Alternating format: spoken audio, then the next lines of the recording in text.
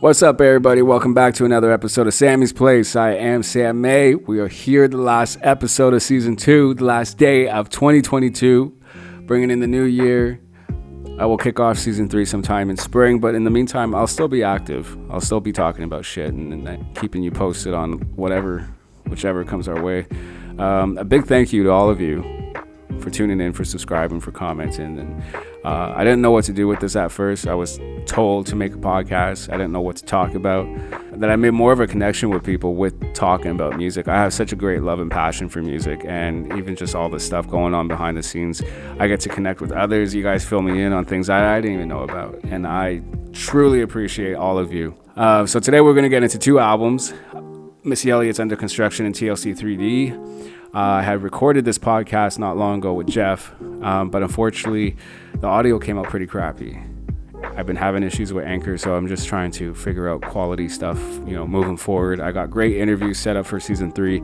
Lots of surprises, lots of good stuff. Missy Elliott's Under Construction. This is Missy's best-selling album. And what's funny is it's not as good as the others prior to that, in my opinion.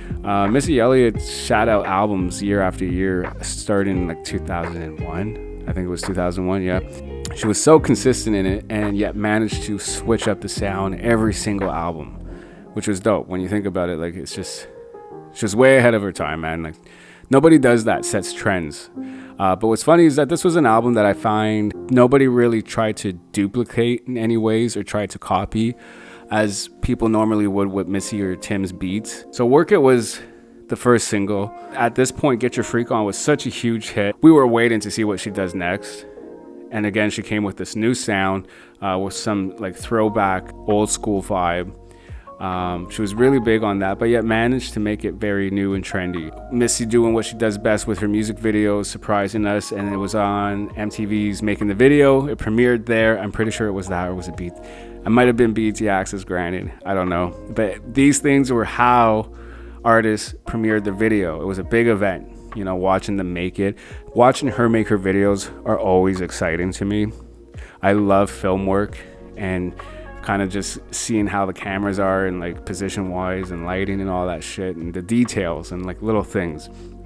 So it's really interesting to see all the effort and madness that goes into Missy's videos. We're probably more so excited for Missy's videos than her actual music, but yet her music is just, it goes great with the bizarre visuals that we get.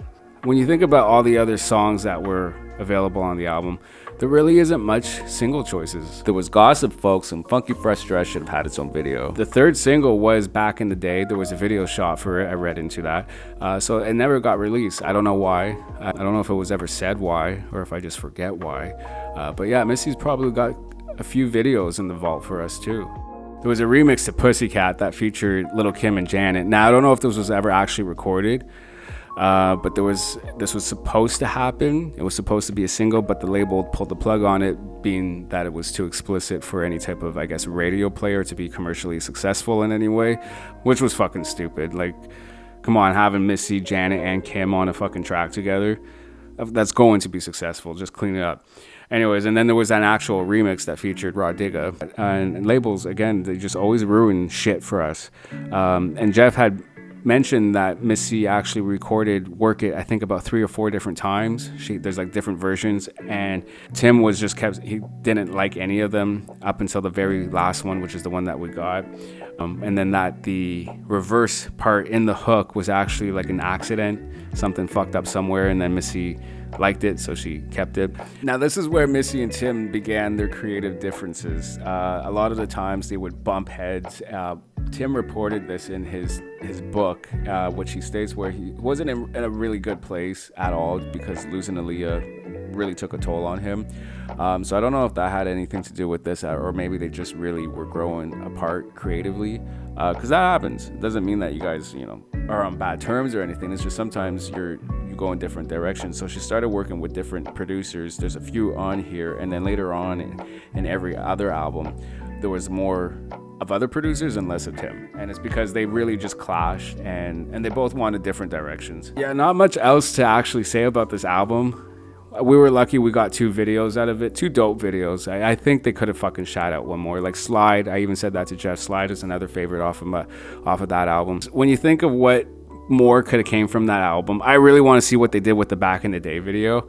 I think that would have been perfect, especially for the time of Under Construction. Like Missy was really going through the old school vibe and shit, and that was the perfect moment for really demonstrating that as well. Man, that was such a good time. It was such a good time because we were really like going back in time, but yet making it new and present at that moment. And Missy was just so big, even behind the scenes. She was working with everybody and kind of giving everybody the sound. It was a great time for music, especially R&B. R&B was just really starting to kind of have its own identity in its own new way, a fresh way. And by 2003, it really came forward. Like it was really up front and center. Yeah, I just wish they made a video for Slide. That's all I wish for. Anyways, next album, TLC 3D.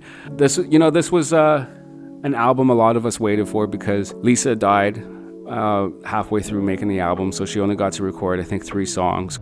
So this just gave you an example where Lisa was at that time, artistically, musically. So I always wonder what she would have been doing now, and I can't help but wonder, like, how would that album turn out had she not passed away?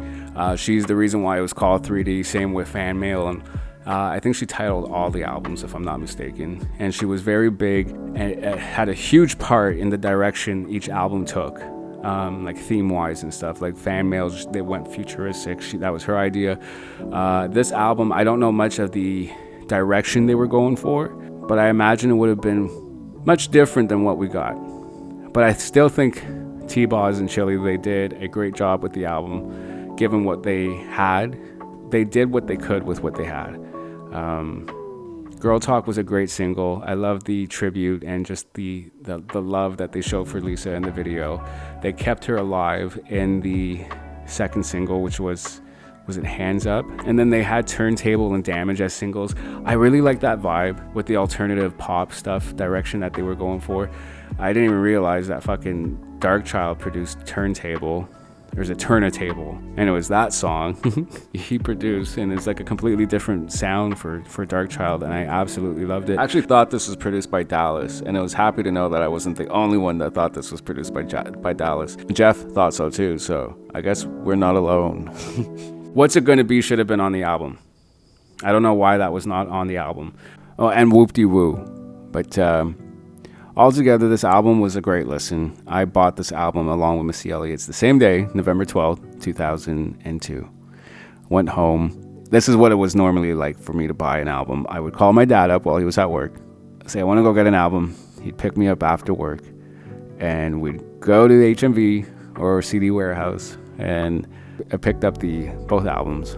It's really sad that these kids these days won't be able to experience stuff like, CDs, buying a CD, Blockbuster, shit like that, you know what I mean? Because that really made an event, going there, browsing, listening, previewing, and then purchasing it. And I went home, and my dad and I, like, for the first listen, I played it while we were working on the basement floors. And what I loved about these albums, a lot of the albums during this time that were released, each album had its own sound. Like you had Brandy's Full Moon, Truth Hurts, Truthfully Speaking, Missy Elliott's Under Construction, TLC 3D. The list goes on, and just how different it was. It was so nice to have such special offerings from each individual artist.